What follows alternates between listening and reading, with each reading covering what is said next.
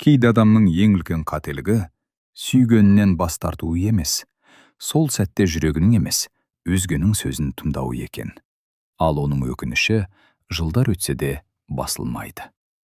Балам, мұны өмірде бәрі ақша емес екен. Кейбір адамдар қолындағы бақты кеш түсінеді. Мен саған сондай бір жігіттің тағдырын айтып берейін. Есімі Нұржан. Нұржан ауылдағы ең еңбекқор жігіттердің бірі болатын. Жасы 27-де. Әкесі Ермек өмір бойы трактор айдап, қара жұмыстан белі бүгілген адам. Анасы Күләш мектептің асханасында аспаз болып істейтін. Бай емес, бірақ ауылда абыройлы отбасы еді. Ермектің бір ғана арманы болатын. Балам, өзім көрмегенді сен көр. Үйімізді кеңейт. Жақсы жұмысқа тұр, ел қатарлы өмір сүр. Әкеңнің маңдай тері босқа кетпесін. Нұржан үндемей басын изейтін. Өйткені әкесінің әр сөзі оның жүрегіне жететін. Сол ауылда Айзере деген қыз тұратын. Қара-тара, ұзын бұрымды, күлгенде екі бетіне шұңқыр түсетін. Өзі мұғалім болатын. Ауылдың кішкентай балалары оны ерекше жақсы көретін. Сабақтан кейін де балалар: «Апай, тағы ертек айтып бермішші? Апай, ертең ертерек келмішші?» деп айналсықтап жүретін. Айзере ешкімге дауыс көтермейтін. Қандай қиын адам болса да жылы сөйлейтін. Сондықтан ауыл үлкендері: «Осы қыз барған жеріне құт болады» деп жиі айтатын. Нұржан мен Айзере алғаш рет ауылдың Наурыз мерекесінде жақын танысты. Домбыра тартылып, алтыбақан құрылып жатқан кез. Айзере құрбылармен күліп келе жатқан. Нұржан болса достарымен қазан көтеріп жүрген. Кенет бір кішкентай қыз сүрініп құлап кетті. Қолындағы бауырсағы шашылып қалды. Бір мезетте екі адам жүгіріп келді. Бірі Нұржан, бірі Айзере. Екеуі бір уақытта қызды көтермек болғанда қолдары түйісіп кетті. Айзере ұялып күліп жіберді. «Кешіріңіз». «Жоқ, өзім». Екеуі бір-біріне қарап тұрып қалды. Сол бір секунд Нұржанның өмірін өзгертті. Сол күннен кейін ол Айзерені жиі көргісі келетін болды. Мектептің жанынан себепсіз өте береді. Дүкенге кірсе де көздері Айзерені іздейді. Бір күні досы Дастан байқап қалды. «Әй, саған не болды?» «Ештеңе». «Өтірік айтпа». «Жәй». «Айзерені ұматып қалдың ба?» Нұржан үнсіз қалды. Дастан күліп жіберді. «Біттің». «Неге?» «Ғашық болған адамның түрі дәл осындай болады». Көп ұзамай екеуі сөйлесе бастады. Алғашында амандасу ғана, кейін ұзақ әңгіме, сосын телефон, кейін кешкі серуен. Айзере Нұржанның қарапайымдылығын жақсы көрді. Нұржан болса Айзеренің адамды тыңдай білетін мінезіне ғашық болды. Екеуі ешқашан қымбат мейрамханаларға барған жоқ. Қымбат сыйлықты алмасты. Оларға ауылдың шетіндегі өзен жағасында отырып сөйлесу жеткілікті еді. Бір күні Айзере: «Нұржан». «Иә?» «Сенің арманың қандай?» Нұржан біраз үнсіз қалды. «Әкем мен анамды ешкімге мұқтаж қылмасам деймін». «Басқа ше?»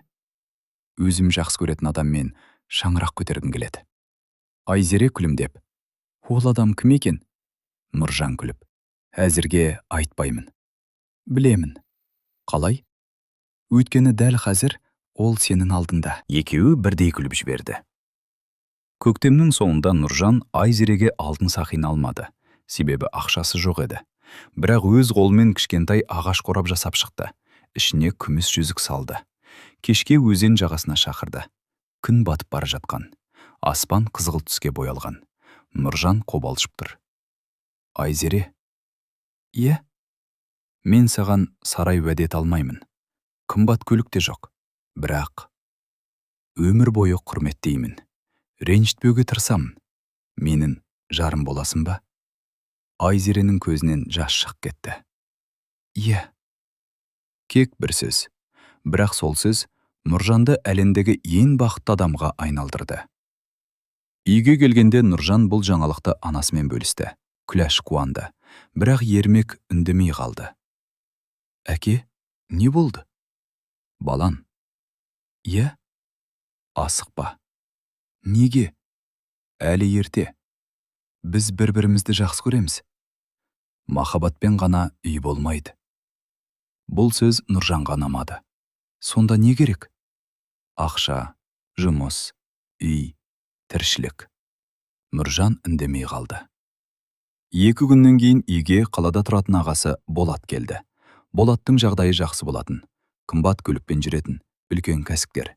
Шай үстінде ол Нұржанға қарап: Айзере мұғалім де? Иә. Айлығы қанша? Білмеймін. Солай ма? Сосын күліп: Балан, өмірде махаббатпен қарын тоймайды. Саған жағдайы бар отбасының қызын алу керек. Ертең рахатын көресің. Нұржан ештеме демеді.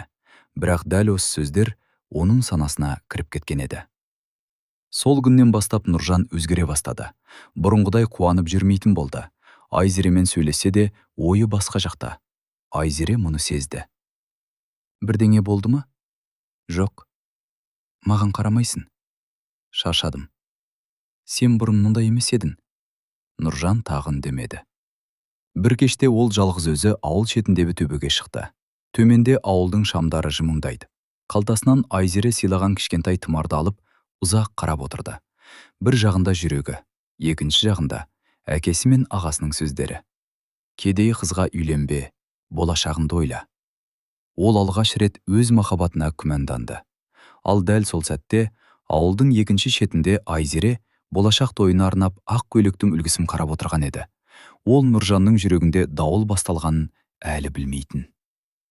Түн ортасы. Нұржан үйге кіргенімен көзіне ұйқы кірмеді. Төбеге қарап ұзақ жатты. Басынан бір ғана ой кетпейтін. Махаббатпен өмір сүре аламын ба? Әлде әкем айтқандай, алдымен жағдайымды жасауым керек пе? Бұрын бұл сұрақтың жауабы оған анық сияқты еді. Ал қазір бәрі өзгерген. Таңертең Ермек ерте оянды. Әдеттегідей қораға шығып, малдың жемін беріп жүр. Нұржан да соңынан шықты.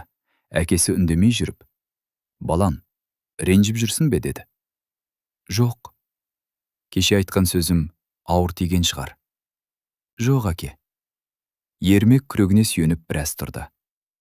Мен сенің бақытыңды ойлаймын. Білем.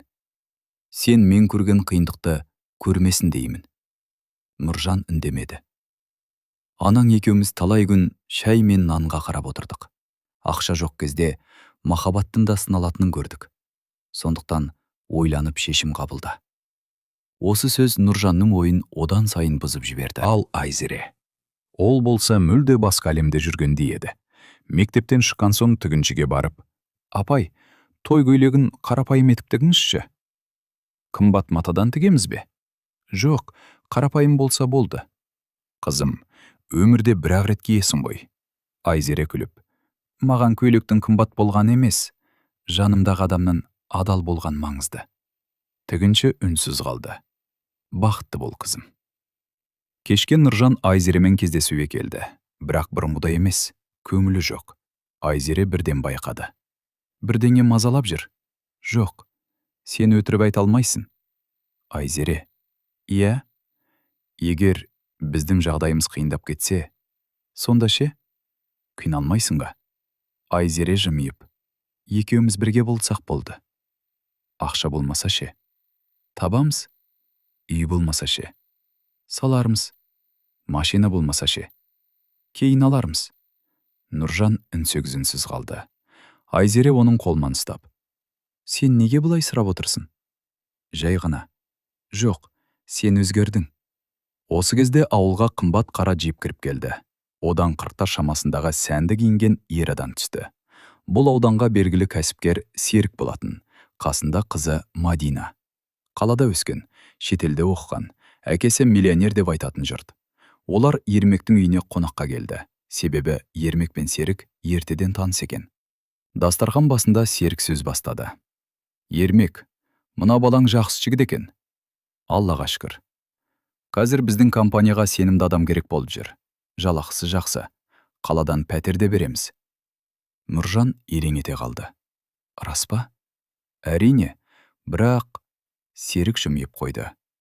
Сендей жігітке біздің әулеттен күйеу болса да ұят емес. Үй іші бір сәтке үнсіз қалды. Күләш шай құйып отырған қолын тоқтатты. Нұржан не айтарын білмеді. Ал Ермектің жүзінен алғаш рет қуаныш байқалды. Қонақтар кеткен соң Ермек баласына қарады. Көрдің бе? Иә. Мынадай мүмкіндік күнде келе бермейді. Бірақ не? Мен Айзерені айттырсын ба? Нұржан үнсіз қалды. Балам, жүрекке ерсең, кейін өкінуің мүмкін. Ал ақылға ерсең, өмірін түзеледі. Сол түні Нұржан ұйықтай алмады. Телефонын қолына алып, Айзеренің суреттерін қарап отырды. Екеуінің бірге түскен суреті, өзен жағасындағы күлкілері, наурыздағы алғашқы кездесуі, бәрі көз алдынан өтті. Бір мезетте телефон шыр етті. Хабарлама келген. Айзереден. Сені сағынып отырым. Ертең ертерек кездесеміз бе? Мен саған жақсы жаңалық айтам. Нұржан ұзақ қарап отырды. Сосын жай ғана жарайды деп жауап берді.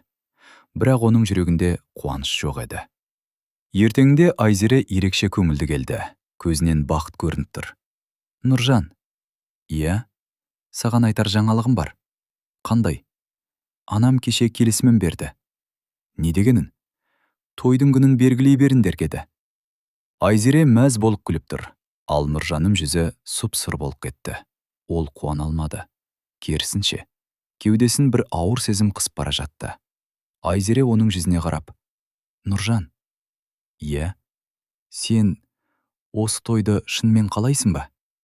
Нұржан жауап бере алмады. Ол үнсіз жерге қарады. Ал дәл сол үнсіздік Айзеренің жүрегіне алғаш рет қорқыныш ұялатты. Айзере Нұржанның жүзіне ұзақ қарады. Бұрын дәл осындай үнсіздікті көрмеген. Бұрын ол күлетін, армандайтын, болашақ туралы сағаттап сөйлейтін. Ал қазір жанында бөтен адам тұрғандай. Нұржан, деді ол ақырын. Иә, бір нәрсе айтшы. Не айтайын? Шындықты. Нұржан терең күрсінді. Мен білмеймін. Нені?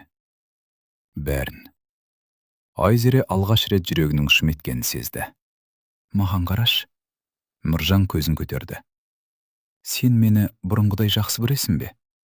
Бұл сұрақты Айзере күліп қойған жоқ. Жылап та тұрған жоқ. Тек жауап күтті. Нұржан үнсіз қалды. 1 минут, 2 минут. Үнсіздік созылған сайын Айзеренің жүрегі суып бара жатты. Жауап берші. Жақсы көрем. Онда неге көзің басқа нәрсені айтып тұр? Нұржан сөз таба алмады. Осы кезде алыстан Дастан келді. Жағдайдың ауыр екенін байқап, мен кейін келермін, деп кері бұрмақ болды. Жоқ, келе бер, деді Нұржан. Айзере үнсіз ғана қоштасып кетті. Бірде-бір рет артына қарамады. Ал Нұржан оның кетіп бара жатқан бейнесіне ұзақ қарап тұрды. Ей, не болып қалды? Деді Дастан. Білмеймін. Білмейсің бе? Әлде айтқың келмей ме? Нұржан дәрін айтып берді.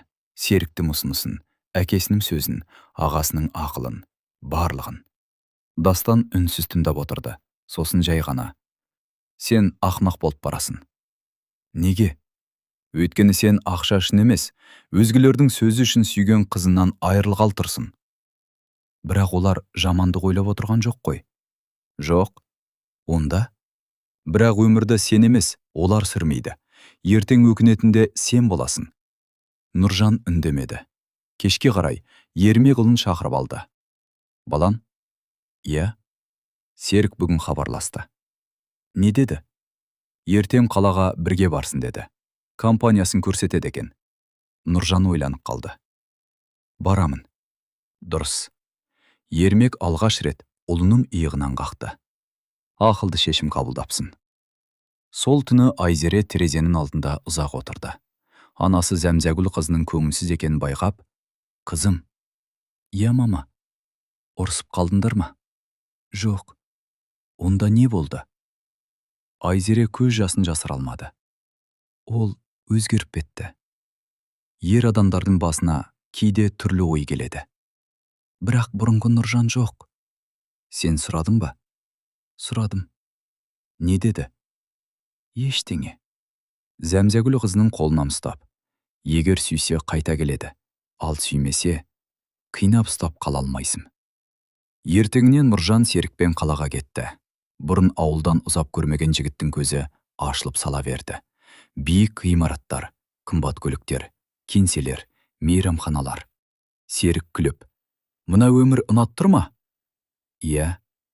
Осындай өмір сүргің келе ме? Әрине. Онда мүмкіндік бар. Түсте олар сәнді мейрамханаға кірді. Сол жерде Мадина да отыр екен.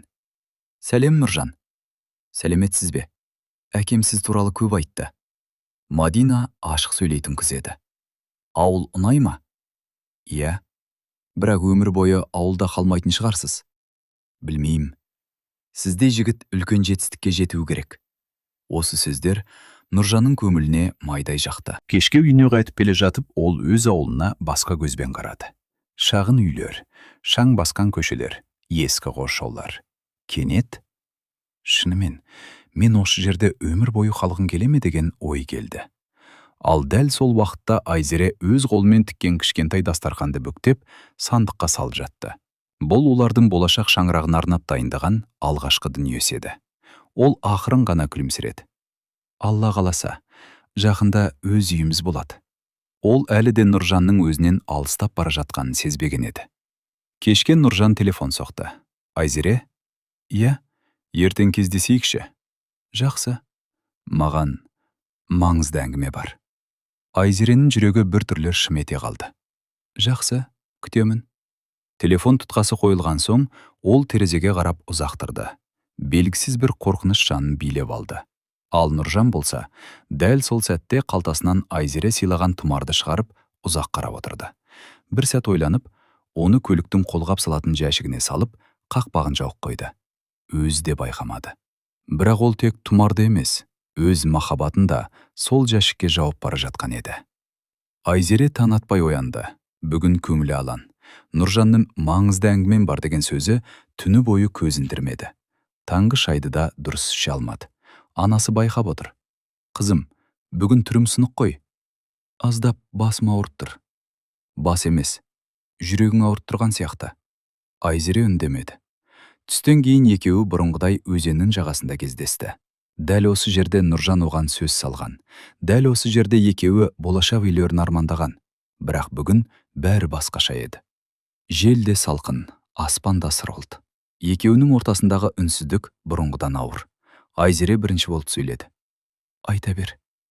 Нұржан ұзақ уақыт төмен қарады. Сөз таба алмай тұр. Ақыры терең дем алып. Айзере. Иә. Мен соңғы кезде көп ойландым. Нені? Болашағымызды. Екеуміздің болашағымызды ма? Иә. Айзере жымиып. Мен де күнде соны ойлаймын. Бірақ Нұржан күлмеді. Мен сені бақытты ете алмаймын. Айзере бір сәтке естімей қалғандай болды. Не дедің? Менің қолымнан келмейді. Нұржан, сен не айтып тұрсың? Менде үй жоқ. Болса қайтеді? Ақша жоқ. Табамыз. Саған қиын болады. Айзере көз жасын әрен ұстап. Қиындықты бірге көтереміз деген кім еді? Нұржан үнсіз. Өмір бойы ренжітпеймін деген кім еді? Тағы үнсіз. Маған қарап айтшы. Нұржан амалсыз көзін көтерді. Айзере оның жанарынан бұрынғы жібітті таба алмады. Саған біреу бірдеңе айтты ма? Жоқ. Әкең бе? Әлде басқадан ба? Нұржан жауап бермеді. Айзере бәрін түсінді. Демек, бұл сенің шешімің емес. Осы кезде өзеннің бетімен самал жел өтті. Екеуі алғаш кездескен ағаштың жапырақтары сыбдырлап тұр. Айзере баяу ғана қалтасынан әлгі күміс жүзікті шығарды. Нұржанның өз қолымен сыйлаған жүзігі. Ол жүзікті алақанына қойып. Осыны есіңде ме? Иә. Өмір бойы құрметтеймін деген кім еді? Нұржан басын төмен түсірді. Айзере жылап жіберген жоқ. Тек дауысы дірілдеп кетті. Нұржан. Иә.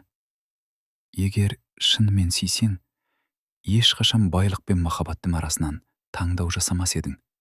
Өйткені сүйген адамының өзі ең үлкен байлық. Нұржанның жүрегі шым етті. Бірақ тәкаппарлығы мен қорқынышы оны тоқтатты. Мен айтпа. Енді ештеңе айтпа.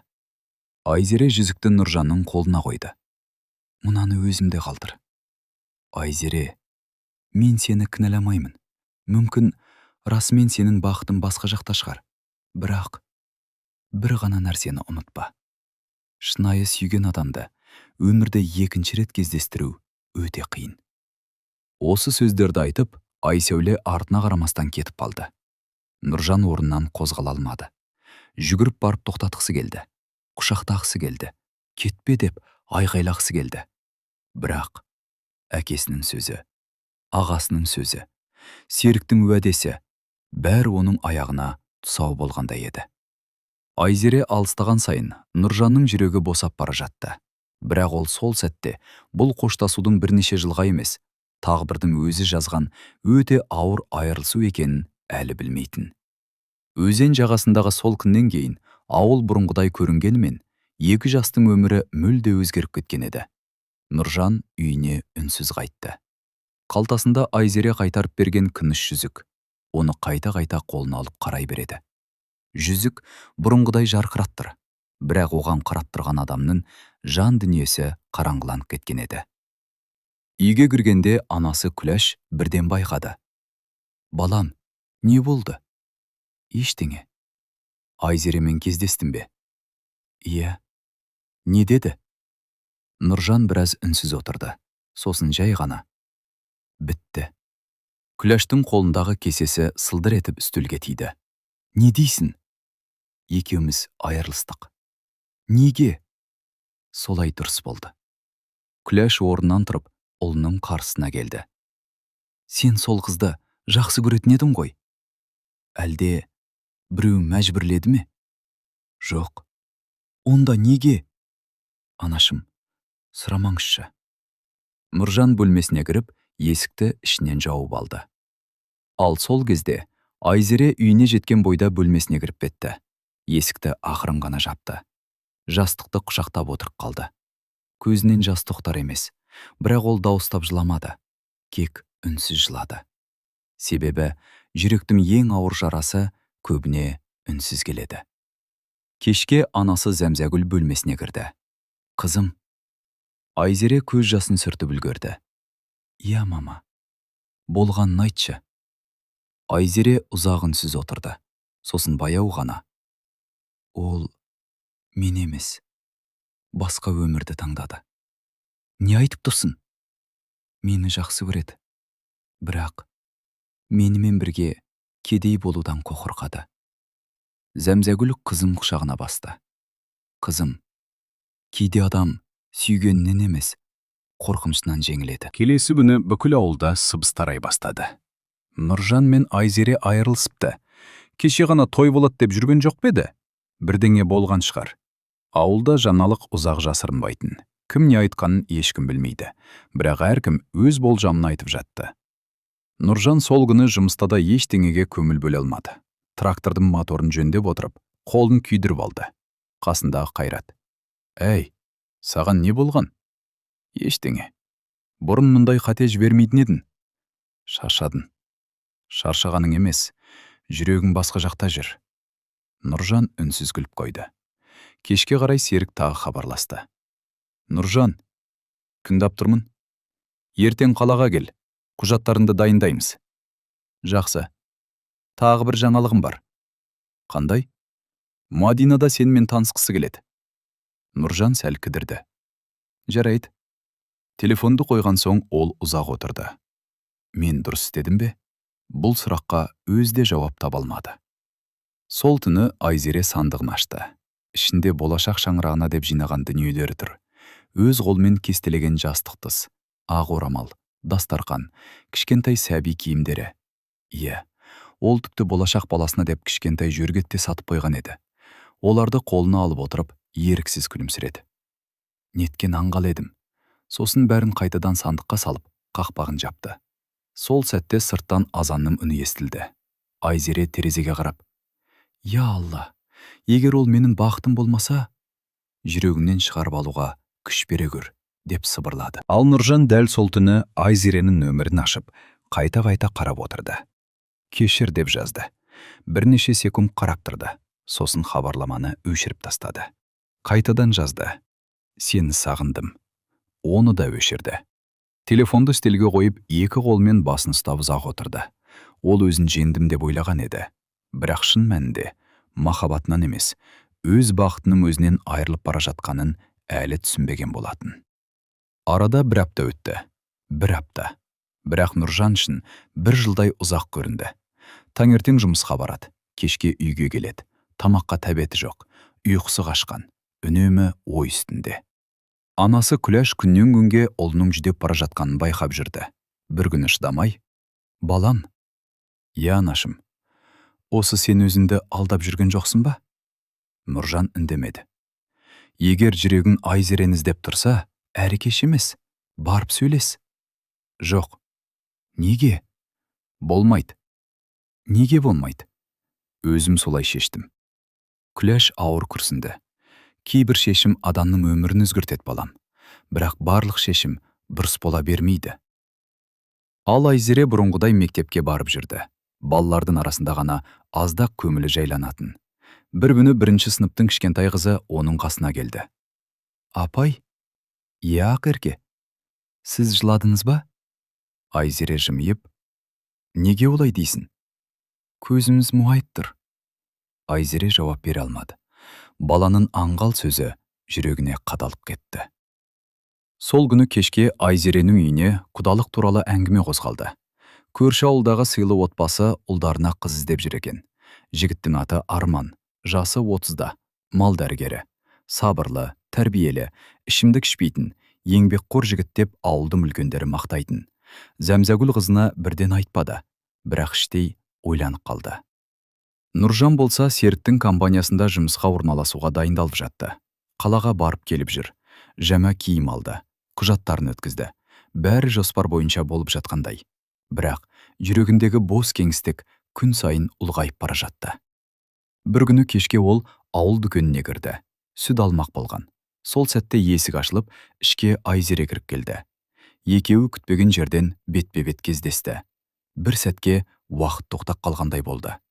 Айзере де оны көрді, бірақ бұрынғыдай күмсіреген жоқ. Кек: «Сәлем». «Сәлем». Осы ғана. Бұрын жарты сағат сөйлесетін екі адам енді екі-ақ сөзбен қоштасты. Айзере керегін алып үнсіз шығып кетті. Нұржан оның артынан қараған күйі қатып қалды. Дүкеншере апай: «Әй балам, ақшанды бермей кетіп барасың». Нұржан сонда ғана есін жиды. Үйіне келе жатып, ол өзіне өзі: «Тоқтатуым керек. Болды. Бәрі бітті» деп қайталай берді. Бірақ қанша қайталаса да жүрегі көнбеді. Сол түні Дастан үйіне келді. «Кірсем бола ма?» «Кел». Дастан Нұржанның жүдеп кеткен түріне қарап басын шайқады. «Сен бақытты адамға ұқсамайсың». «Бақыт деген не өзі?» «Жүрегің тыныш болса, сол бақыт». «Мен бәрін дұрыс істедім». «Шынымен солай ойлайсың ба?» «Иә». «Онда неге көзімнен өкініш кетпейді?» Нұржан жауап бере алмады. Дастан орнынан тұрып: «Бір сөз айтайын. Ертең кеш боп кетуі мүмкін, бірақ бүгін әлі кеш емес. Айзереге бар. Кешірім сұра. Егер қабылдамаса да, ең болмаса жүрегім тынышталады». Нұржан түні бойы ойланды. Таң ата салысымен көлігіне отырып, Айзеренің үйіне қарай жүрді. Жол бойы жүрегі тарсылдап келеді. Не айтамын? Қалай бастаймын? Кешірер ме екен? Үйдің қақпасына жақындағанда көлігін тоқтатты. Дәл сол сәтте ауладан бейтаныс жеңіл көлік шықты. Көліктің ішінде Айзере отыр. Қасында анасы. Ал рөлде бұрын көрмеген жігіт. Үшеуі күліп сөйлесіп барады. Нұржанның жүрегі зу ете қалды. Бұл кім? Ол көліктің соңынан ұзақ қарап тұрды. Сол сәтте көрші үйдің қариясы сыртқа шығып: «Ей, Нұржан!» «Ассалаумағалейкум, аға. Айзерені іздеп келдің бе?» «Иә». Қария күрсініп: «Кеше ғана құда түсетін жігіттер келіпті». Нұржанның жүрегі бір сәтке тоқтап қалғандай болды. «Не дейсіз?» «Әлі ештеңе шешілген жоқ шығар. Бірақ жігіттің түрі жаман емес» дейді. Нұржан үнсіз қалды. Көлік әлде қашан көзден ғайып болған, ал оның ішінде бір ғана ой жаңғырып тұрды. Мен кешігіп қалдым ба? Нұржан көлігінің рөлін қыса ұстап ұзақ отырды. Көрші қарияның «Құда түсетін жігіттер келіпті» деген сөзі құлағынан кетпеді. Жоқ, бұл мүмкін емес. Ол өзін жұбатқысы келді. Мүмкін жай қонақ шығар. Мүмкін басқа шаруамен келген шығар. Бірақ жүрегі басқа нәрсені сезіп тұрды. Сол күні кешке Нұржан Дастанға барды. Есіктен кірген бойда: «Дастан, мен кеш қалып қойған сияқтымын». Дастан үнсіз тыңдап отырды. «Не болды?» Нұржан болғанның бәрін айтып берді. Айзеренің үйінен шыққан көлік, бейтаныс жігіт, көрші қарияның айтқаны. Дастан ауыр күрсінді. «Мен саған ескерткен едім. Не істеймін енді? Егер шынымен жақсы көрсең, соңына дейін күрес. Ал егер кеш болса ше?» Оны Айзере ғана айта алады. Осы кезде Айзере де оңай күйде емес еді. Түстен кейін анасы: «Қызым, бүгін келген қонақтар туралы не ойлайсың?» Айзере үнсіз қалды. «Арман жаман жігіт емес сияқты». «Жаман демедім». «Онда?» «Жүрегін дайын емес». Зәмзәгүл қызының қолынан ұстап: «Қызым, мен сені ешкімге зорлап затпаймын, бірақ өмір бір орында тұрмайды». Айзере басын изеді. «Білемін, мама». Арман сол кеште Айзереге хабарлама жіберді. «Сәлеметсіз бе, Айзере? Бүгін танысқанымызға қуаныштымын. Егер қарсы болмасаңыз, бір күні сөйлесіп, жақынырақ таныссақ деймін». Айзере телефонға ұзақ қарап отырды. Жауап жазбады. Сосын қайта өшірді. Ақырында қысқа ғана: «Жақсы», деп жіберді. Бірақ хабарламаны жібергенде жүрегі қуанған жоқ. Ал Нұржан сол түні бір шешімге келді. Не болса да Айзеремен сөйлесемін. Ертеңіне таңертең мектептің алдына келді. Балалардың сабағы енді ғана аяқталған. Айзере мектептен қолына дәптерлерін ұстап шығып келе жатты. Нұржанды көргенде тоқтап қалды. Екеуінің арасы бірнеше қадам ғана, бірақ сол бірнеше қадам бүгін өте алыс көрінді. «Сәлем». «Сәлем». Тағы да үнсіздік. Ақыры Нұржан батылданып: «Сөйлесуге бола ма?» Айзере біраз ойланып: «Жарайды». Екеуі мектеп ауласындағы ескі орындыққа барып отырды. «Айзере, тыңдап тұрмын». «Мен қателестім». Айзере ештеңе демеді. «Соңғы күндері өзіңді жиі бастадым. Сенсіз өмірдің ешқандай мәні жоқ екенін түсіндім». Айзере терең дем алды. «Осы сөзді маған бір ай бұрын айтқанда, бәрі басқаша болар еді». Нұржан асыға сөйледі. «Әлі кеш емес». «Сен солай ойлайсың ба?» «Иә». Айзере көзін төмен салды. «Ал менің жүрегімдегі жараны кім емдейді?» Нұржан үнсіз қалды. Айзере сөзін жалғастырды. «Сен мені тастап кеткен жоқсың. Сен мені өзіңнен кем сезіндірдің». «Ондай ойым болған жоқ. Бірақ солай болды». «Айзере, сенің бір ауыз сөзімен кейін мен әр түн сайын өзіңнен мен жетпей қалдым ба деп сұрадым». «Кешір». «Кешіру оңай, ұмыту қиын». Нұржанның көздері жасаурай бастады. «Маған тағы бір мүмкіндік берші». Айзере жауап бермеді. Дәл сол сәтте мектеп алдына ақ түсті жеңіл көлік келіп тоқтады. Көліктен Арман түсті. Қолында гүл шоғы бар. Ол Нұржанды байқамаған күйі Айзереге жақындады. «Сәлеметсіз бе?» Айзере орнынан тұрды. «Сәлеметсіз бе?» Арман күлімсіреп: «Ауданға шаруамен бара жатыр едім. Жолай алып кетейін деп ойладым». Сол кезде ғана ол Нұржанға көз салды. «Ассалаумағалейкум». «Уағалейкум ассалам». Екі жігіт қол алысты, бірақ екеуінің көзқарасында да үнсіз тартыс сезіліп тұрды. Арман сыпайы үнмен: «Егер әңгімелеріңіз біткен болса, жүрейік пе?» Айзере Нұржанға қарады.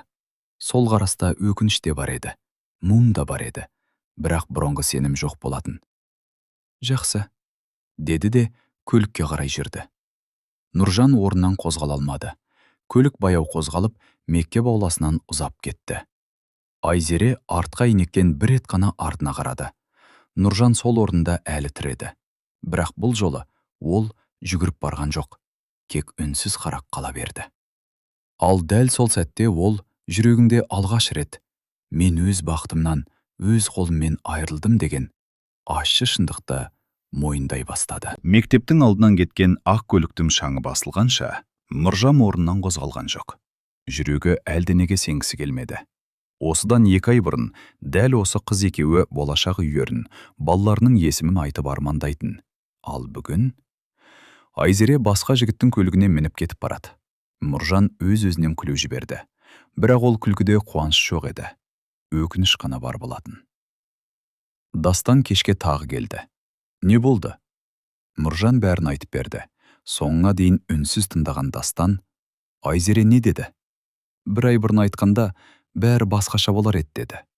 Басқа? Кешіру оңай, ұмыту қиын деді. Бастан ауыр күрсінді. Ол әлі де сен жақсы көреді. Қайдан білесің? Егер сүймесе, сонша ауыр сөз айтпас еді. Онда неге кетіп қалды? Себебі сен оның сенімін сындырдың. Махаббат кейде қайта оралады, ал сенім өте қиын қайтады. Нұржан басын төмен салды. Осы кезде Айзере аудан орталығына бара жатқан. Арман көлікті баяу айдап келеді. Екеуі ұзақ үнсіз отырды. Бір кезде Арман сөз бастады. Ренжімесеңіз, бір нәрсе сұрасам бола ма? Әрине. Мектептің алдында сөйлесіп тұрған жігіт. Нұржан ба? Айзере тамырғап қарады. Иә, бұрын жақсы көрген адамымыз ғой. Айзере бірден жауап бермеді. Терезеден сыртқа қарап біраз отырды. Иә, Арман басын изеді. Сезіліп тұрды. Қалай? Сіз оның жанында отырып мүлде басқа адам болып кеттіңіз. Бірнеше минуттан кейін Арман тағы сөйледі. Айзере, тыңдап тұрмын. Егер жүрегіңіз әлде Нұржанда болса, өзіңізді де, мені де алдамаңыз. Айзере оған таңырқай қарады. Не айтқыңыз келеді? Мен біреудің орнын басқым келмейді. Егер сіз оны әлі күтсеңіз, мен шетке шығамын. Айзеренің көзіне жас келді. Сіз өте жақсы адам екенсіз. Арман күлімсіреп, жақсы адам болғаннан гөрі, біреудің көз жасына себеп болмаған дұрыс. Бұл сөздер Айзеренің жүрегіне жетті. Бірақ дәл сол сәтте оның есінен Нұржанның «мен сені бақытты ете алмаймын» деген сөз түсті. Ол көзін жұмып іштей, сол күні мені таңдамаған адам, бүгін неге қайта келді, деп ойлады. Кешке Нұржан үйіне келгенде әкесі Ермек күлімдеп қарсы алды. Балам, жақсы жаңалық бар. Қандай? Серік хабарласты. Келесі айдан бастап толық жұмысқа кірісесің. Жалақында жақсы болады. Нұржанның жүзінде ешқандай қуаныш байқалмады. Естідім. Ермек таңырқап қалды. Сен осыны күтіп жүрген жоқ па едім? Иә. Онда неге қуанбайсың? Нұржан жауап бермеді. Ол дәл қазір жақсы жалақының да, үлкен қызметтің де жүрегіндегі бос орынды толтыра алмайтынын түсіне бастаған еді. Сол түні Күләш ұлының бөлмесіне кірді. Ұйықтамадың ба? Жоқ. Айзерені ойлап жатырсың ба? Нұржан алғаш рет анасынан ештеңе жасырмады. Иә. Сонда неге жібердің? Білмеймін. Жоқ балам, білесің, сен өз бақытыңды өзгелердің ақылымен өлшедің, ал жүрегіңді тыңдамадың. Нұржанның көзіне жас келді. Анашым, мен бәрін қайтарғым келеді. Күләш ұлының шашынан сипап. Кейбір сынған ыдысты жамап алуға болады, бірақ жарығы бәрібір көрініп тұрады. Адамның жүрегі де сондай. Ертеңіне таңертең бүкіл ауылға жаңа хабар тарады. Айзереге құда түсуге дайындалып жатыр екен. Жігіттің отбасы келесі аптада қайта келеді дейді. Күзге дейін сырға салу болуы мүмкін екен. Бұл сөздер ауылдың бір шетінен екінші шетіне тез жетті. Ақыры сол әңгіме Нұржанның да құлағына тиді. Ол жұмыс істеп тұрған жерінен бірден тоқтап қалды. Қолындағы кілт жерге тарс етіп түсті. Жүрегі шым етіп, дені тарылып кетті. Жоқ, деп сыбырлады ол. Мен оған бұған дейін жетуім керек. Бірақ тағдыр. Ешкімді күтіп тұрмайтын еді. Қолындағы кілт жерге түсіп өткенін Нұржанның өзі де байқамады. Қасындағы жұмысшылар оған таңырқай қарады. Ей, Нұржан, саған не болды? Ештеңе. Түрім бозарып кетіпті ғой. Басым ауырып тұр. Ол жұмысты тастап сыртқа шықты. Ауылдың шетіндегі ескі талдың түбіне барып ұзақ отырды. Жел баяу ғана соғып тұр. Бірақ оның жан дүниесіндегі дауылды ештеңе баса алмады. Айзереге құда түседі. Осы сөз қайта-қайта санасында жаңғырып тұрды. Мен шынымен кешігіп қалдым ба? Ол қалтасынан әлгі күміс жүзікті шығарды. Саусағымен сипап отырып, неге мен сені тыңдамадым, деп сыбырлады. Жүзік үнсіз еді, бірақ сол үнсіздік мың сөзден ауыр болатын. Кешкі үйге келгенде Ермек ауылда жалғыз отыр екен. Ұлының көңілсіз екенін көріп, кел балам, біраз отырып сөйлесейік. Нұржан үндемей барып қасына отырды. Ұзақ уақыт екеуі де сөйлемеді. Сосын Ермек өзі бастады. Айзерені ұмыта алмай жүрсің бе? Нұржан алғаш рет әкесінен ештеңе жасырмады. Иә, сонша жақсы көресің бе? Әке, мен оны өмірінен артық жақсы көрем. Ермек ауыр күрсінді. Онда неге жібердің? Сіздің сөзімізді тыңдадым. Бұл сөз Ермектің жүрегіне майзадай қадалды. Менің сөзімді ме? Сіз махаббатпен үй болмайды дедіңіз. Иә. Содан кейін ағам айтты. Кейін Серік аға айтты. Бәрін сөзін тыңдадым. Тек жүрегімді тыңдамадым. Ермек басын төмен салды. Көз алдында өз жастығы елестеді. Күләшке үйленген кезі. Қалтасында көк тиын жоқ.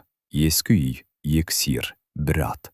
Сол күндер есіне түскен сайын жүрегі шымырлап кетті. Балам. Иә, мен қателесіппін. Нұржан тамырғап әкесіне қарады. Не дейсіз? Сенің бақытын бойлаймын деп. Өз бақытымнан айырылуыңа себеп болыппын. Әке, мені кешір. Ермектің көзіне жас келді. Өмірінде бірінші рет ұлының алдында өзін кінәлі сезінді. Сол түні Ермек ұйықтай алмады. Таңға жуық орнынан тұрып Күләшке. Мен бір жерге барып келем. Қайда? Айзеренің үйіне. Не үшін? Егер бәрі менің кесірімнен болса, онда бірінші болып кешірім сұрауға да мен баруым керек. Күләш үнсіз басын изеді. Түске қарай Ермек Айзеренің үйіне келді. Қақпаны Зәмзәгүл ашты. Ассалаумағалейкум. Уағалейкум ассалам. Ермек аға, төрлетіміз. Шәй үстінде біраз үнсіздік орнады. Ақыры Ермек сөз бастады. Қарындас, мен кешірім сұрауға келдім. Зәмзәгүл таңырқап қалды. Неге? Балалардың арасына мен түстім. Нұржанға артық ақыл айттым. Жүрегінің емес, ақшаның соңынан бар дедім. Қателестім. Егер уақытта кері қайтара алсам, олай демес едім. Зәмзәгүл үнсіз тыңдап отырды. Сол кезде бөлмеден Айзере шықты. Ермек орнынан тұрып. Қызым, мені кешір. Айзере сасып қалды. Аға, сен жаман қыз емес екенсің. Оны енді түсіндім. Бірақ тым кеш түсіндім. Айзеренің көзіне жас келді. Сізді кінәламаймын. Жоқ, кінәлімін. Егер сендердің арларына мен араласпасам, бәлкім бүгін бәрі басқаша болар ма еді. Айзере біраз үнсіз тұрды. Сосын жай ғана. Аға, бәрі Алланың жазуы шығар. Ешкімді кінәлағым келмейді. Бірақ сынған сенімді қайта қалпына келтіру өте қиын. Ермек оның сөзінен кейін басын төмен түсірді. Ол дәл осы сәтте ұлының қандай қазынадан айырылғанын анық түсінді. Ермек үйіне қайтып бара жатқанда ауылдың сыртында Нұржан күтіп тұр екен. Әке? Иә. Бардыңыз ба? Бардым. Не деді? Ермек ұзақ үнсіз қалды. Сосын жай ғана. Балам, қыздың жүрегі әлі жылы сияқты. Бірақ сенімі мұз болып қатып қалыпты. Оны еріту үшін бір ғана кешір деген сөз аздық етеді. Нұржан үнсіз аспанға қарады. Дәл сол сәтте ол Айзерені қайтару үшін тек сөз емес, үлкен іс пен шынайы өзгеріс керек екенін алғаш рет түсінді. Қыздың жүрегі әлі жыл сияқты, бірақ сенімі мұз болып қатып қалыпты. Деген сөзі Нұржанның санасынан кетпеді. Ол сол түні көз ілмеді. Таң ата бере ауылдың сетіне шығып, күннің шығуын ұзақ қарап отырды. Күн баяу көтеріліп келеді. Бір кезде әкесі айтатын сөзі есіне түсті. Күн қанша бұлттың артында қалса да, бәрібір бір күні шығады. Нұржан ішінен, мүмкін, менің де бақытым әлі толық жоғалмаған шығар, деп сыбырлады. Бірақ сол баққа жету үшін енді тек сөз жеткіліксіз екенін жақсы түсінген еді. Осы күні Арман тағда Айзеренің үйіне келді. Бұл жолы қолында гүл де, сыйлық та жоқ. Тек бір дорба алма мен ауылдың наубайханасынан алған ыстық бауырсақ әкеліпті. Зәмзәгүл күлімсіреп қарсы алды. Балам, құр қол келмей-ақ қойсамшы? Арман жымиып, үйге үлкен кісінің алдына бос қол бармайды ғой апай. Оның қарапайым мінезі Зәмзәгүлге ұнайтын. Айзере дастарханға шай қойып отырғанда Арман оған қарап. Бүгін аздап сөйлессек деп едім. Тыңдап отырмын. Мен сізге ешқашан қысым жасамаймын. Егер менімен өмір сүргіңіз келмесе, бір ауыз сөзіміз жеткілікті. Айзере тамырқап қалды. Неге олай айтып отырсыз? Себебі, әйел адамның келісімінсіз құрылған отбасы ұзаққа бармайды. Менің анам өмір бойы осы сөзді айтып өтті. Айзере үнсіз қалды. Мұндай сөзді бұрын ешкімнен естімеген. Кешке қарай Нұржан Дастанға барды. Маған көмектесші. Не істемексің? Айзеренің сенімін қайтарғым келеді. Дастан біраз ойланып отырды. Сен оның гүлге қызығатын қыз емес екенін білесің? Білемін. Қымбат сыйлыққа да қызықпайды. Оны да білем. Онда не істейсің? Нұржан үнсіз қалды. Шынында да Айзерені ешқашан сыйлықпен қуанта алмайтынын жақсы білетін. Дастан орнынан тұрып: Есіңде ме, ол не айтушы еді? Не? Адамның сөзі емес, ісі маңызды дейтін. Нұржан ойланып қалды. Расында да Айзере солай айтатын. Сол күні кешке ауылдың шетінде орналасқан жалғызлікті Қатира әженің үйінен түтін шықпай қалғанын көршілер байқап қалды. Әжейдің пеші бұзылып қалыпты. Жалғыз тұрады. Балалар шетелде. Көршілердің бәрі жұмыста. Мұны естіген Нұржан ешкім шақырмай-ақ күрегін балғасын алып әжейдің үйіне барды. Пешті жөндеді. Отын жарды. Ауласын тазалады. Сынған қошауын бекітіп берді. Кеш батқанша тыным таппады. Қатира әже көзіне жас алып: Балам, ақшамды айт. Қойыңыз әже. Жоқ, еңбегін қой. Сіз маған батамен-ақ төлейсіз. Қарт ана екі қолын жайды. Алла ниетіңді қабыл етсін. Жүрегіңдегі арманына жеткізсін. Сүйгеніңнен айырмасын. Нұржанның жүрегі шым ете қалды. Ол ештеңе демей күлімсіреген болды. Осы оқиғаны ауылдың біраз адамы көрді. Олардың ішінде Айзеренің көршісі де бар еді. Кешке үйіне барып: Айзере? Иә? Бүгін Нұржанды көрдім. Қайда? Қатира әженің үйінде. Таңнан кешке дейін тегін жұмыс істеп жүр екен. Айзере үндемеді. Бұрын байқамаппын. Жігіттің жаны жаман емес екен. Айзере жай ғана: Ол бұрыннан сондай еді, деп жауап берді. Түнде Айзере терезенің алдында ұзақ отырды. Көршісінің сөзі ойынан кетпеді. Ол бұрыннан сондай еді. Иә, Нұржан ешқашан жаман адам болмаған. Ол тек бір сәтте қорқынышқа жеңілген еді. Айзере терең күрсінді. Жүрегі қайтадан жұмсара бастағандай. Бірақ өткен күннің жарасы әлі жазылмаған. Ал дәл сол сәтте Арман үйіне қайтып бара жатып, көлігін жол жиегіне тоқтатты. Терезеден ауылға қарап ұзақ отырды. Сосын өзіне өзі: Егер Айзере Нұржанды әлі де сүйсе, мен олардың арасына түспеймін, деп сыбырлады. Ол мұны ешкімге айтқан жоқ, бірақ дәл осы шешім алдағы күндері 3 адамның тағдырын мүлде басқа арнаға бұратынын ешкім әлі білмейтін. Арада 2 апта өтті. Ауыл бұрынғы тіршілігімен өмір сүріп жатты. Таңертең мал өріске шығады. Кешке қораға қайтады. Көшеде балалар асыр салып ойнайды. Бәрі бұрынғыдай. Бірақ 3 адамның жүрегінде тыныштық жоқ еді. Нұржан, Айзере, Арман. Үшеуі де әр кешті әртүрлі оймен қарсы алатын. Сол күні ауыл мешітінің имамы хабар таратты. Жексенбі күні ауыл болып жалғыз басты қариялардың үйлеріне көмек көрсетеміз. Кімнің шамасы келсе келсін. Нұржан еш ойланбастан: Мен барам. Дастанда бірге жазылды. Таңертең 10 шақты жігіт ауылдың шетіндегі ескі үйлерге тарады. Бірі шатыр жамап жүр, бірі аула тазалап жатыр, бірі отын жарып жатыр.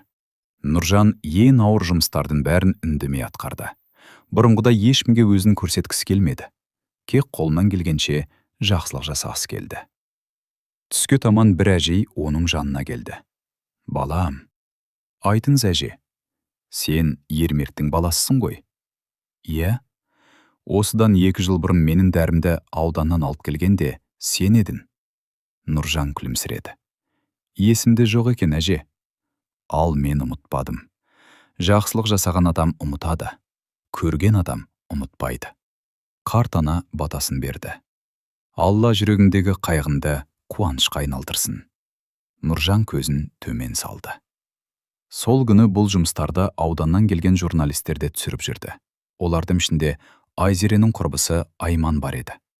Түсірілім аяқталған соң Айман Айзереге соқты. Айзере, бүгін Нұржанды көрдім.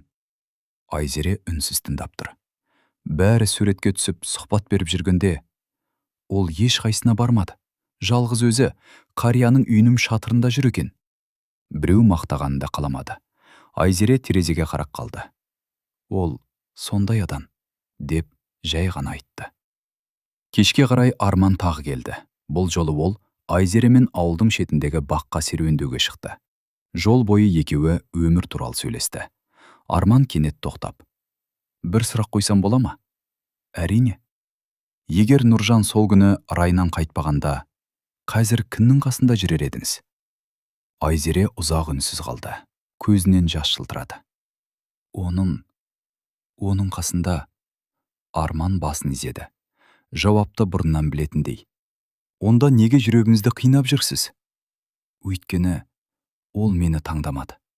Мен оны күткен едім, ал ол басқа өмірді таңдады. Арман ауыр күрсінді. Кейде адам қателеседі. Иә, бірақ әр қателіктің бағасы әртүрлі болады. Айзере көзін жұмды. Біздің бағамыз тым ауыр болды. Сол түні Арман үйіне келген соң, әкесі Нұрлан ақсақал сұрады: балан, қыз ұнап жүр ме? Арман біраз үнсіз отырды. Ұнайды. Онда неге көңілсізсің? Әке, оның жүрегі басқа адамда. Нұрлан ақсақал жымиып қойды. Сонда не істемексің? Білмеймін. Бір нәрсені ұмытпа. Бақытты болғың келсе, ешқашан біреудің көз жасының үстіне өз бақытыңды тұрғызба. Арман әкесінің осы сөзін өмір бойы ұмытпайтындай болып тыңдап қалды. Таң ерекше тыныш атты. Түнде жауған жаңбырдан кейін ауылдың ауасы тап-таза болып кеткен. Құстардың дауысы алыстан анық естіледі. Бірақ Нұржан үшін табиғаттың сұлулығының еш мәні қалмаған еді. Түні бойы көзі ілінбеді. Айзеренің хатын қайта-қайта оқып шықты. Әр сөзі жүрегіне пышақтай қадалып жатты. Мен сені қандай жағдай болса да таңдаймын. Ал мен не істедім, деп күбірледі. Сол күні аудан орталығында үлкен жәрмеңке өтетін болды. Ауыл адамдарының көбі сонда барды. Күләш: балам, үйге керек жарақ ала келші, деп Нұржанды да жіберді. Нұржанның барғысы келмеген, бірақ анасының көңілін қимай жолға шықты. Жәрмеңкеде адам өте көп еді. Бір жерде домбыра тартып жатыр, бір жерде ұлттық тағамдар сатылып тұр. Балалар асық ойнап жүр. Нұржан көпшіліктің арасымен үнсіз келе жатты. Кенет таныс дауыс естілді. Айзере, мына жағында арайық. Нұржан жалт қарады. Айзере, қасында Арман. Екеуі қатар келе жатыр. Арман қолындағы ауыр сөмкені өзі көтеріп алған. Айзере: беріңіз, өзім көтерем. Жоқ, ауыр. Ят болады ғой. Арман күліп: ят болатын ештеңе жоқ. Жолдас болып келе жатқан соң көмектесуің керек. Нұржан оларды алыстан ғана бақылап тұрды. Жүрегі тағы да шым етті. Бірақ бұл жолы ол қызғаныштан емес, өзінің жоғалтқан бақыты үшін қиналды. Айзере де Нұржанды байқап қалды. Екеуінің көздері түйісті. Бірнеше секунд үнсіз қарап тұрды. Арман олардың бір-біріне қарағанын байқап, бәрін түсінді. Айзере: иә, барғыңыз келсе, сөйлесіп келіңіз. Айзере таңырқап қалды. Ал сіз ше? Мен күтемін. Ренжімейсіз бе? Арман күлімсіреп: жоқ, жүректе қалған сөз айтылмай қалса, ол адамды өмір бойы мазалайды. Айзере басын изеп Нұржанға қарай жүрді. Нұржан оның жақындап келе жатқанын көріп, не айтарын білмей қалды. Сәлем. Сәлем. Қалың қалай? Жақсы. Өзінше? Жақсын. Екеуі де өтірік айтып тұрған өздері де білді. Айзере үнсіздікті бұзды. Әкең келіп кеткенін анам айтты. Иә. Ол кісіге ренжіген жоқпыз. Әкем көп өкінеді. Білем. Мен де. Айзере төмен қарады. Өкініш. Өткенді өзгертпеді Нұржан. Білем. Бірақ адамды өзгертеді. Нұржан оның жүзіне қарады. Айзере бұрынғыдан сабырлы болып кеткен. Көзінде мұң бар, бірақ өкпе азайғандай. Айзере: иә, маған бір сұраққа жауап берші. Қандай? Егер бәрім қайта бастауға мүмкіндік болса, сен тағы да мені таңдар ма едің? Айзере ұзақ үнсіз қалды. Жауап беруге қиналды. Сосын жай ғана: бұрынғы Нұржанды. Иә. Ал бүгінгі Нұржанды білмеймін. Бұл сөз Нұржанның жүрегіне ауыр тиді. Дәл сол сәтте алаңның арғы жағынан айғай естілді. Бала, ұстандар! Жұрт жүгіре бастады. 5-6 жастағы кішкентай бала жолға қарай жүгіріп кеткен.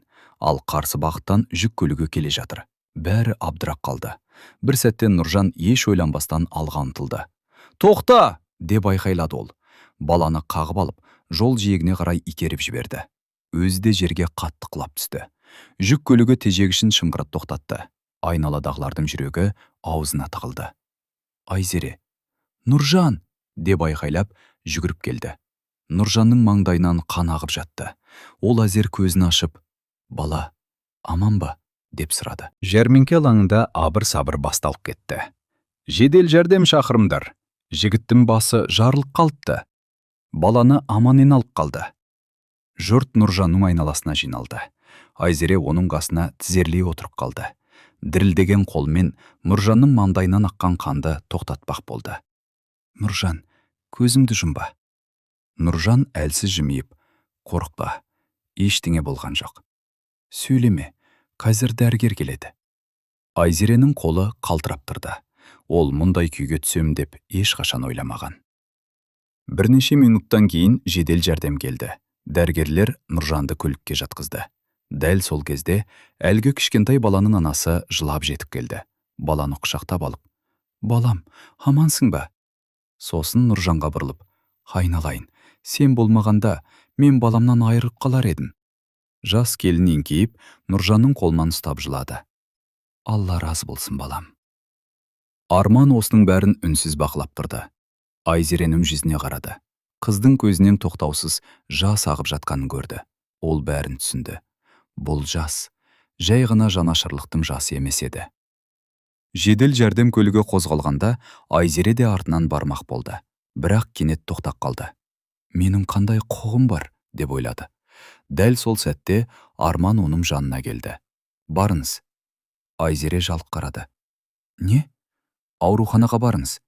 Бірақ, егер бармасаңыз, кейін өзімізді өмір бойы кіналайсыз. Ал сіз ше? Арман жымиып, мен күте аламын. Бірақ адамның ары таза болуы маңызды. Айзеренің көзінен тағы жас шықты. Рахмет. Рахмет айтпаңыз. Кек жүрегімізді тыңдаңыз. Ауруханаға жеткенде дәрігер Нұржанды тексеріп болды. Уайымдамаңыздар, миы шайқалған. Басына бірнеше тігіс саламыз, бірақ өміріне қауіп жоқ. Бұл сөзді естіген Айзере терең дем алды. Көзіне үйірілген жасын сүртіп үлгермеді. Дәрігер оны байқап, сіз жұбайсыз ба? Айзере сасып қалды. Жоқ. Туысы ма? Жоқ. Онда? Айзере жауап бере алмады. Өйткені бұл сұраққа өзі де жауап таба алмай тұр еді. Кешке қарай Нұржан есін жіді. Көзін ашқанда ең бірінші көрген адамы анасы Күләш болды. Анашым, балам. Күләштің көзі ісіп кеткен. Қалайсың? Жақсымын. Әкесі ермекте жанында тұр. Балам, кешір мені. Нұржан әлсіз ғана басын шайқады. Әке, бәрі өтті. Дәл сол сәтте палата есігі жайлап ашылды. Ішке Айзере кірді. Қолында кішкентай ғана жеміс салынған пакет. Есіктің алдында біраз тұрып қалды. Күләш оны көріп, кел қызым, деп орын берді. Ермекте үнсіз сыртқа шығып кетті. Палатада екеуі ғана қалды. Айзере жайлап орындыққа отырды. Бірнеше минут ешкім сөйлемеді. Тек аппараттың баяу дыбысы ғана естіліп тұрды. Ақыры Нұржан үнсіздікті бұзды. Келгеніңе рахмет. Айзере көзін төмен салды. Келмей тұра алмадым. Қорқып кеттім бе? Айзере жылап жіберді. Иә, қатты қорықтым. Неге? Өйткені сені жоғалтып аламын ба деп қорықтым. Бұл сөзді айтып болған соң, Айзере екі қолмен жүзін жауып алды. Ол жүрегінде әлі де Нұржанға деген сезім бар екенін алғаш рет дауыстап мойындағандай болды. Нұржанның да көзінен жас шықты.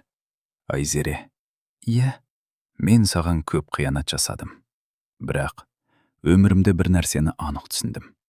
Нені? Егер сол күні әлгі баланың орнына өзім кетіп қалсам, ең соңғы ойым сен туралы болар еді. Айзере үнсіз жылады.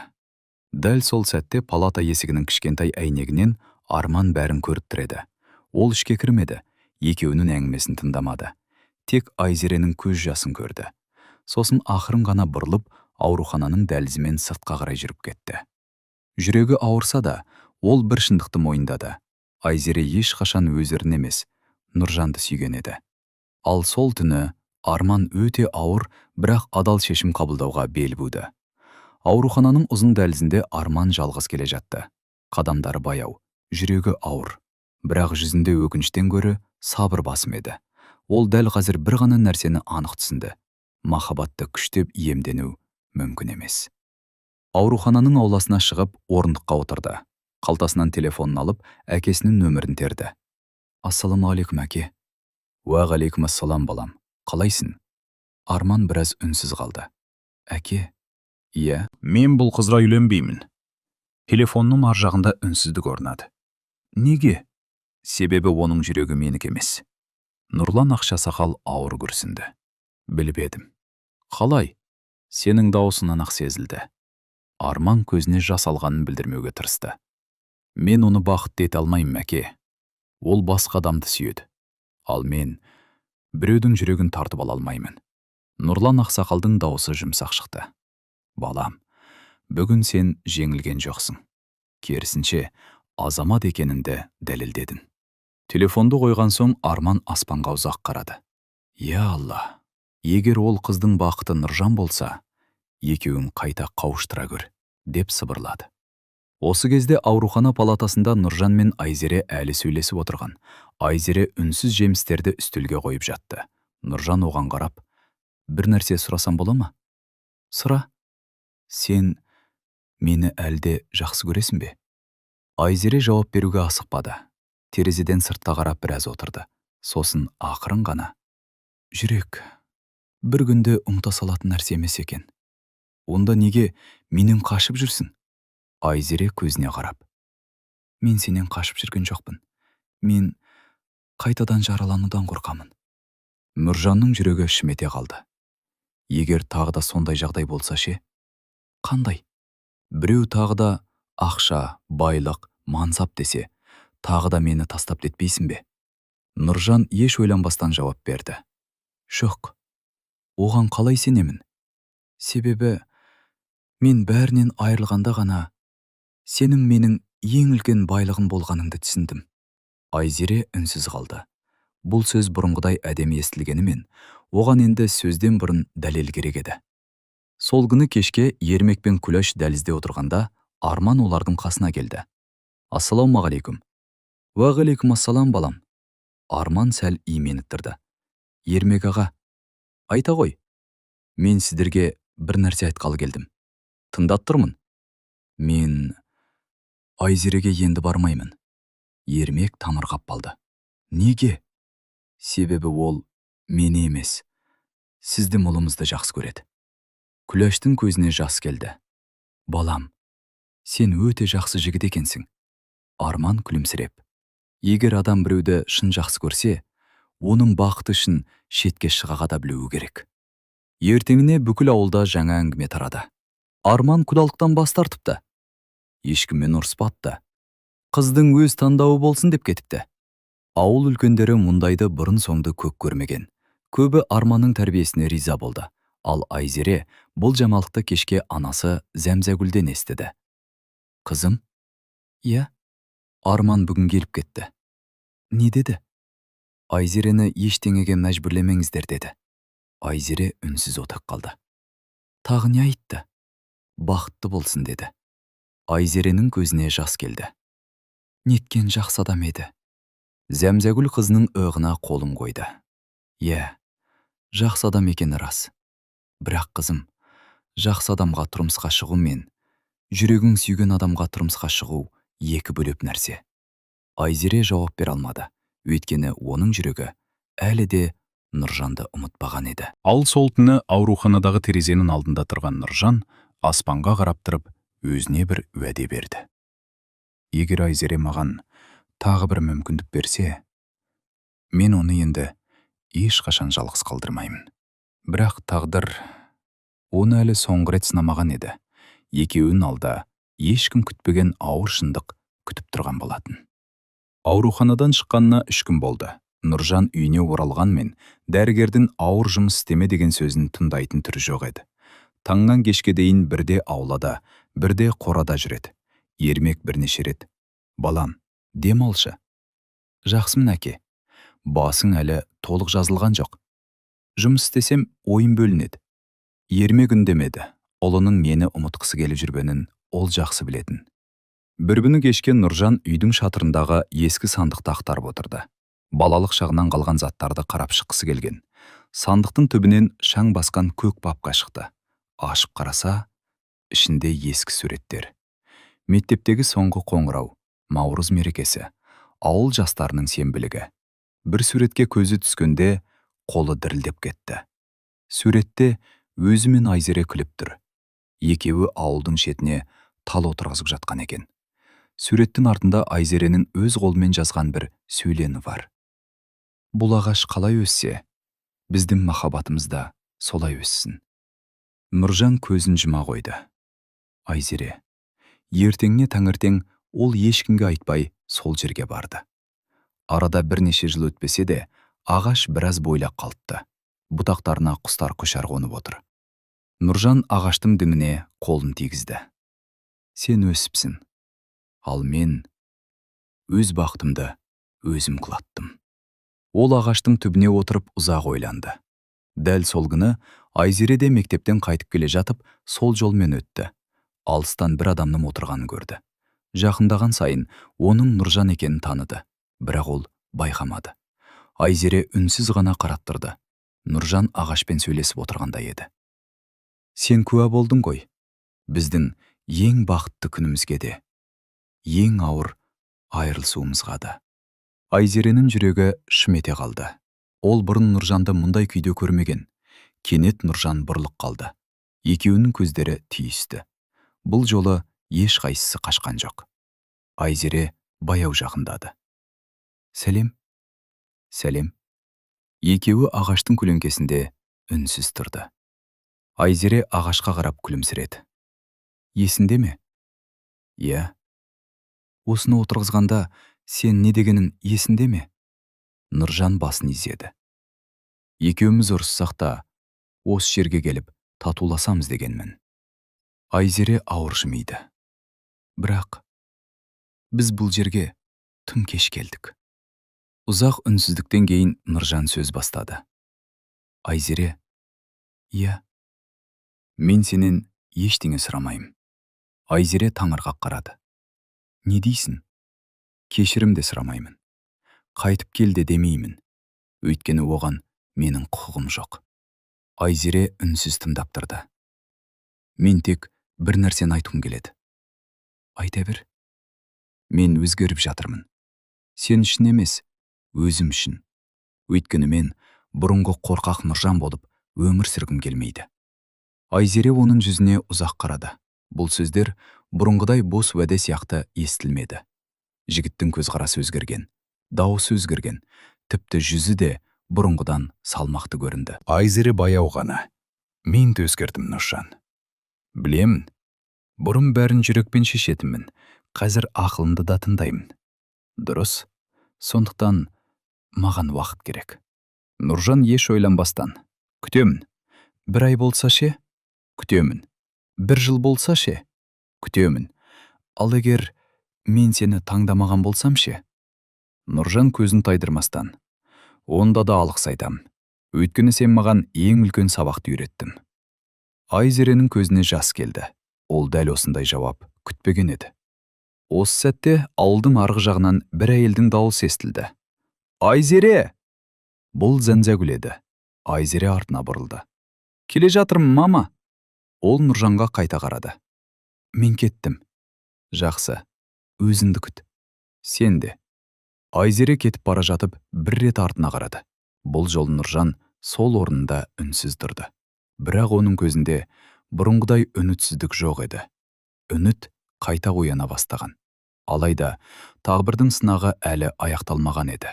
Дәл сол кеште ауданнан келген бір қоңырау Ермектің отбасын есеңгіретіп, Нұржан мен Айзеренің өмірін тағы бір рет өзгертуге жақын тұрды. Күн еңкейіп қалған. Ермек қораның есігін жауып жатқан. Сол кезде телефон шырылдады. Бейтаныс нөмір. Алло, сәлеметсіз бе? Бұл Ермек ағаның нөмірі ме? Иә, өзіммін. Мен аудандық полиция бөлімінен хабарласып тұрмын. Ермектің жүрегі зу ете қалды. Тыңдап тұрмын. Сіздің ұлыңыз Болат жол көлік оқиғасына түсті. Қазір аудандық ауруханаға жеткізілді. Мүмкіндігінше кез келулеріңізді сұраймыз. Телефон тұтқасы жабылғанда Ермектің өңі қашып кеткен еді. Күләш сыртқа жүгіріп шықты. Не болды? Болат апатқа түсіпті. Жарты сағаттан кейін Нұржан көлікті ауданға қарай жүйткітіп келе жатты. Жол бойы ешкім сөйлемеді. Күләш үнсіз жылап отыр. Ермек тас мүсіндей қатып қалған. Тек көліктің моторы ғана гүлдеп келеді. Нұржанның ойында бір ғана нәрсе. Аман болса екен. Ауруханаға жеткенде дәрігер оларды қарсы алды. Науқастың жағдайы тұрақты. Бірнеше жерінен жарақат алған. Бірақ өміріне қауіп жоқ. Үшеуі бірдей терең дем алды. Көре аламыз ба? Әзірге болмайды. Ол дәрінің әсерінен ұйықтап жатыр. Ермек пен Күләш дәліздегі орындыққа отырды. Екеуінің де жүзінде үрей. Нұржан терезенің алдына барып тұрды. Түн қараңғылығы қоюлана бастаған. Осы кезде дәліздің ар жағынан таныс дауыс естілді.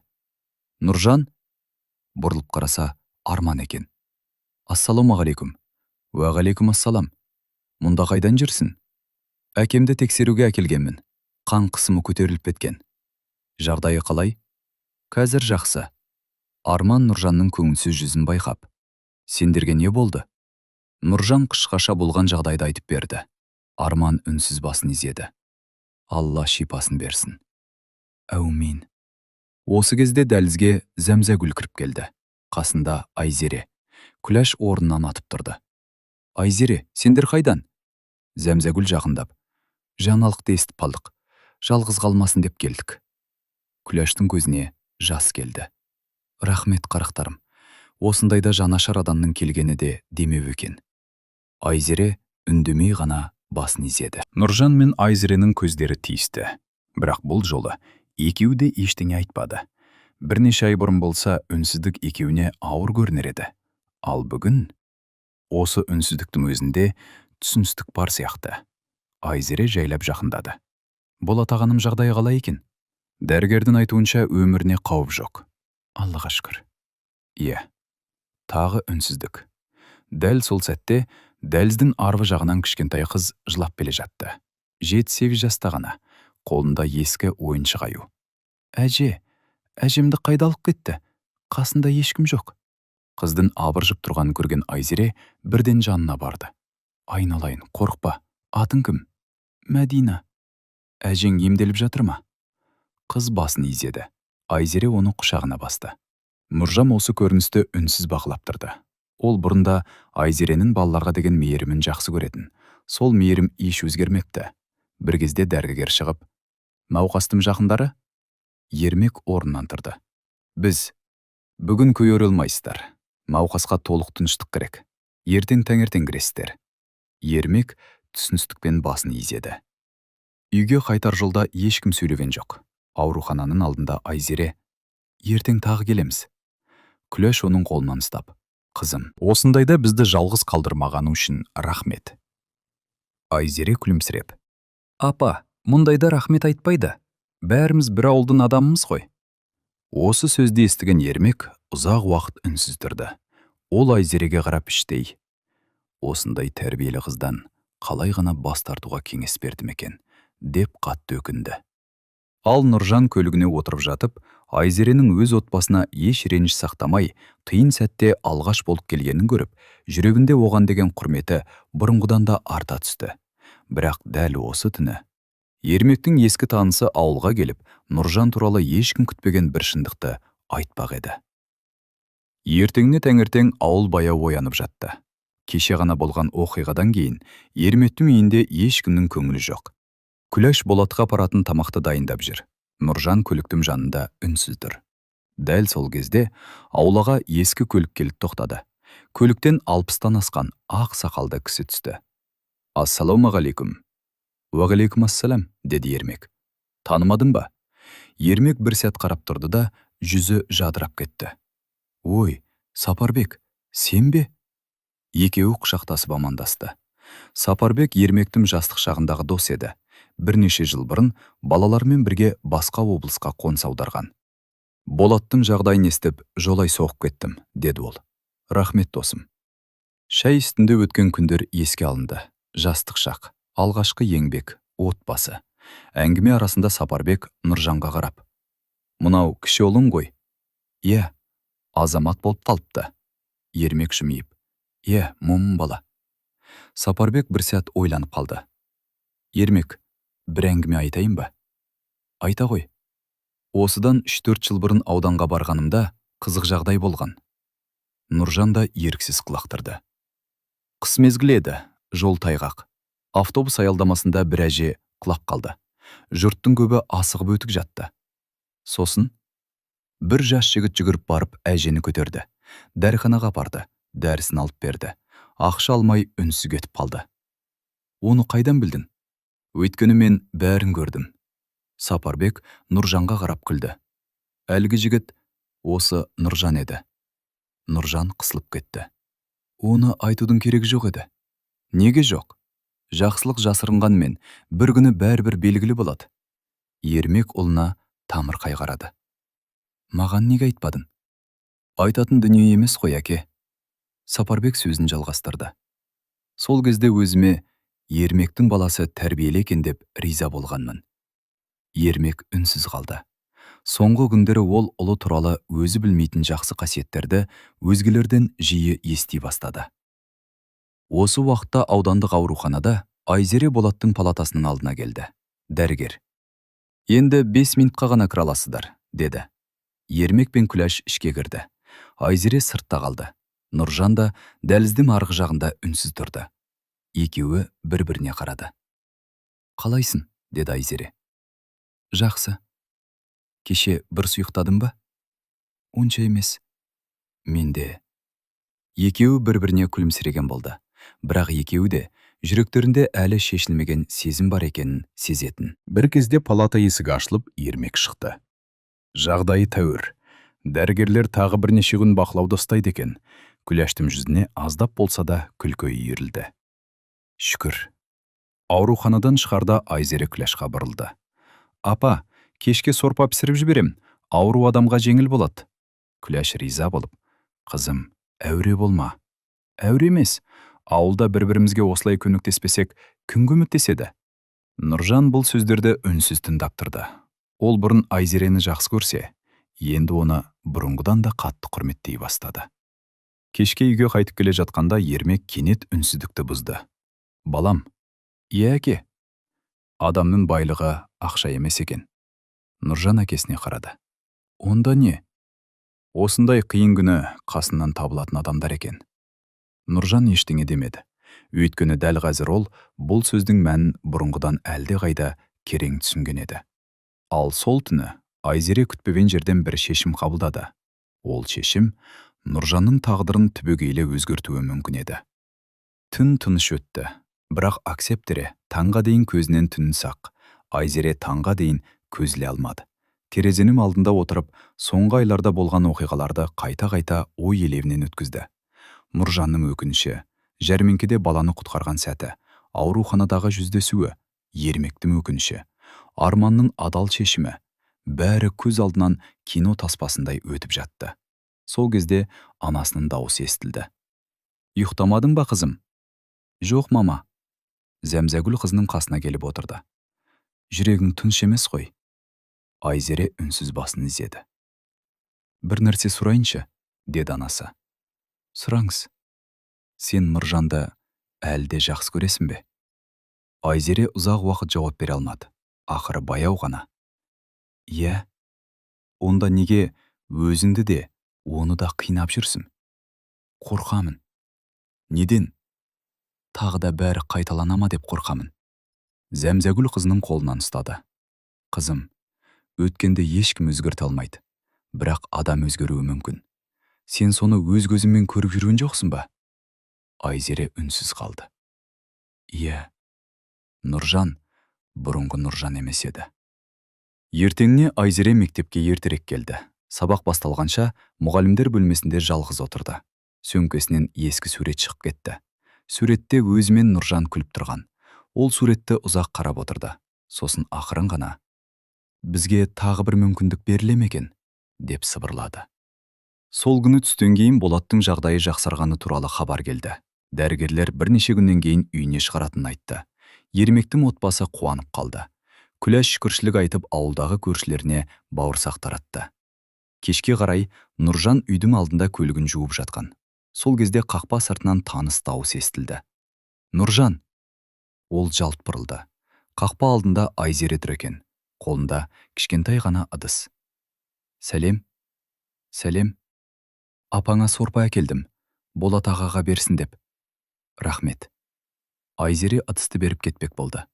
«Айзере!» Ол тоқтады. «1 минут уақытым бар ма?» Айзере үнсіз басын изеді. Екеуі ауылдағы орындыққа барып отырды. Бірнеше минут ешкім сөйлемеді. Ақыры Айзере үнсіздікті өзі бұзды. «Мен көп ойландым». Нұржан жүрегі дүрсілдеп тыңдап отыр. «Бір шешімге келдім». «Қандай шешім?» «Мен саған бірден бәрі кешірілді деп айта алмаймын». Нұржан үндемеді. «Бірақ саған тағы бір мүмкіндік бергім келеді». Нұржан сенбей қалды. «Не дедің?» «Бір мүмкіндік, бірақ оның шарты бар». «Қандай болса да келсемін». Айзере жымиып қойды. «Асықпа, алдымен тыңда. Біз бұрынғыдай бірден кездесе бастамаймыз». «Жақсы. Бір-бірімізді қайта танимыз». «Жақсы. Сен маған ештеңе дәлелдеуге тырыспайсың. Кек өзің болып қаласың». «Түсіндім. Ал мен сені сырттай бақыламаймын. Саған сенуге қайта үйренемін». Нұржанның көзіне жас келді. «Рахмет». «Әлі рахмет айтпа. Бұл біздің жаңа бастауымыз ғана». Дәл сол сәтте көшенің арғы бетімен Арман өтіп бара жатты. Ол екеуін бірге көрді. Бірақ бұл жолы жүрегінде қызғаныш болған жоқ, керісінше күлімсіреп. «Ақыры, екеуі де өз бақтарын тапсын», деп іштей тілек тіледі. Сосын үнсіз жолын жалғастырды. Ал сол кеште ауыл аспанын қызыл шапақ көмкеріп тұрды. Нұржан мен Айзере ұзақ уақыт сөйлесті. Болашақ туралы емес, өткенді ақтау туралы емес. Тек бір-бірін қайтадан тыңдауды үйренді. Кейде махаббатты қайта табу үшін алдымен жоғалтып алу керек шығар.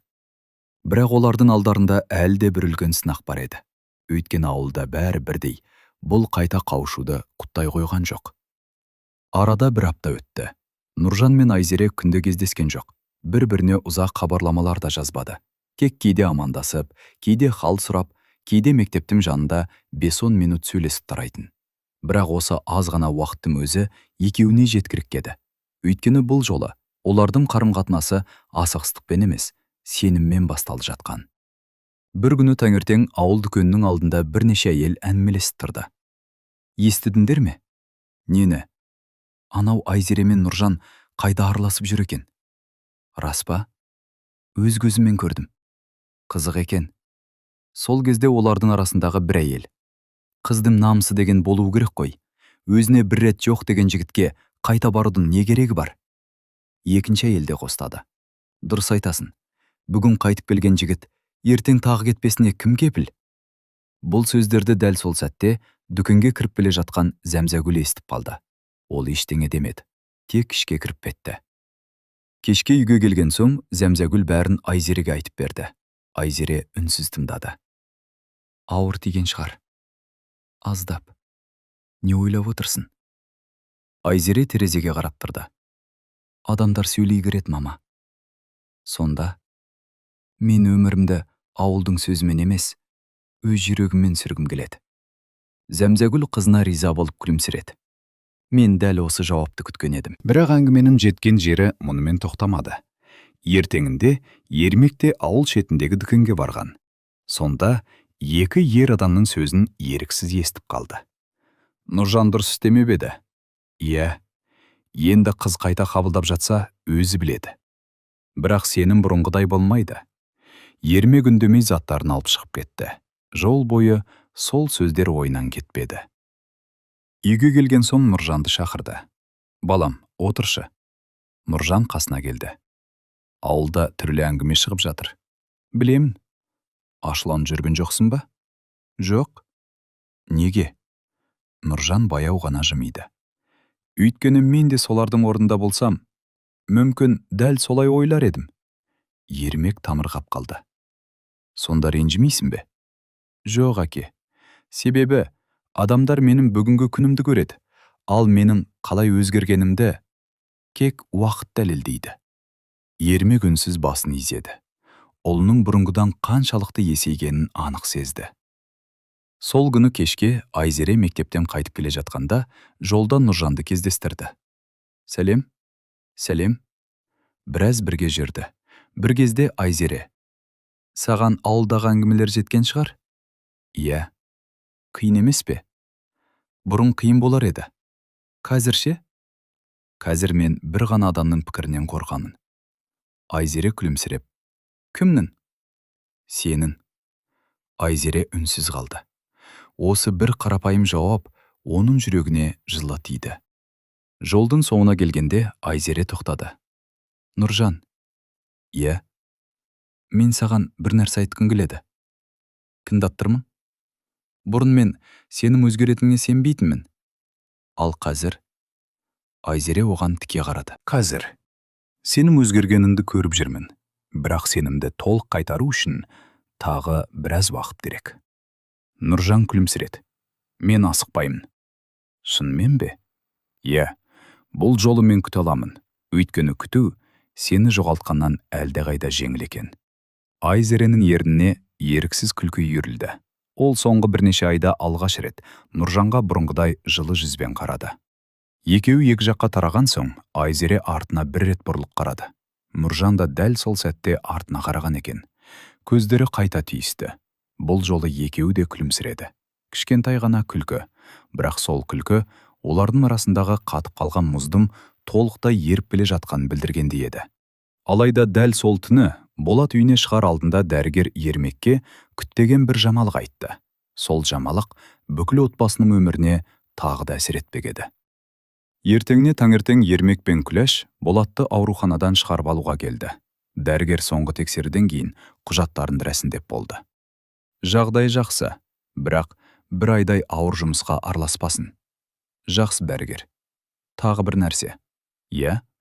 «Мұндай жол көлік оқиғасынан кейін адамдардың көбі өмірге деген көзқарасын өзгертеді. Отбасының қолдауы қазір өте маңызды». Ермек басын изеді. «Түсіндік». Бұл сөздер оған жай ғана дәрігердің кеңесі емес, өмірдің ескертуінде естілді. Үйге қайтқан соң Болатты ауыл адамдары келіп көре бастады. Аман қалғанына шүкір. Кезірек сау оқып еді. Болат бәріне алғыс айтып отырды. Ол бұрынғыдай көп сөйлемейтін болыпты. Кейде үнсіз терезеге қарап ұзақ ойға бататын. Апат оған көп нәрсені ұқтырған еді. Бірнеше күннен кейін ауылда сенбілік ұйымдастырылды. Өзеннің жағасын тазалау, ағаш отырғызу, балалар алаңын жөндеу. Нұржан ерте келді. Қолына күрек алып жұмысқа кірісіп кетті. Бір кезде мектеп мұғалімдері де келді. Олардың арасында Айзере де бар еді. Екеуі амандасып, әрқайсысы өз жұмысына кірісті. Түске қарай балалар алаңындағы ескі орындықтың аяғы сынып қалды. Нұржан ешкім айтпай-ақ жөндеп шықты. Артынша әктеншектің босап қалған шынжырын бекітті. Балалар мәз болып жүгіріп келді. «Аға, рахмет». «Енді құламай ма?» «Жоқ, енді мықты болды». Нұржан күліп: «Онда абайлап ойнаңдар». Айзере мұның бәрін сырттай бақылап тұрды. Ол Нұржанның ешкімге өзін көрсеткісі келмейтінін, жасаған жақсылығы үшін мақтау күтпейтінін байқады. Сенбілік аяқталған соң ауыл ақсақалы Қасым ата сөз сөйледі. «Бүгін бәріңе рахмет. Ауылдың көркі ауызбіршілік. Бір-бірімізге сүйеу болсақ, ауылымыз да берекелі болады». Сосын ол кенет Нұржанға қарап: «Балам, бері келші». Нұржан қысылып алға шықты.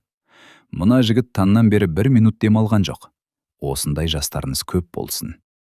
Жұрт қол соқты. Нұржан ұялып: «Мен жалғыз ештеңе істеген жоқпын. Бәріміз бірге еңбек еттік». Оның қарапайым жауабы үлкендердің де көңілінен шықты. Кешке Айзере үйіне қайтып бара жатқанда Нұржан қатарласа жүрді. Күн қызарып батып бара жатты. Екеуі біраз үнсіз келе жатты. Бір кезде Айзере тоқтады. Нұржан. Иә? Есіңде ме? Бұрын сен маған бақыт деген үлкен үй мен қымбат көлік деп айтатынсың. Нұржан күліп жіберді. Иә, солай ойлайтынмын. Қазірше. Нұржан аспанға бір қарап алды. Қазір бақыттың бағасын түсіндім. Қандай екен? Бақыт қиын күнінде қасынан кетпейтін адамдар, ата-ананың амандығы, жақсы сөз, тыныш ұйқы, және сүйген адамының сенімінен айырылмау. Айзере үнсіз тыңдап тұрды. Оның көздері жасаурап кетті.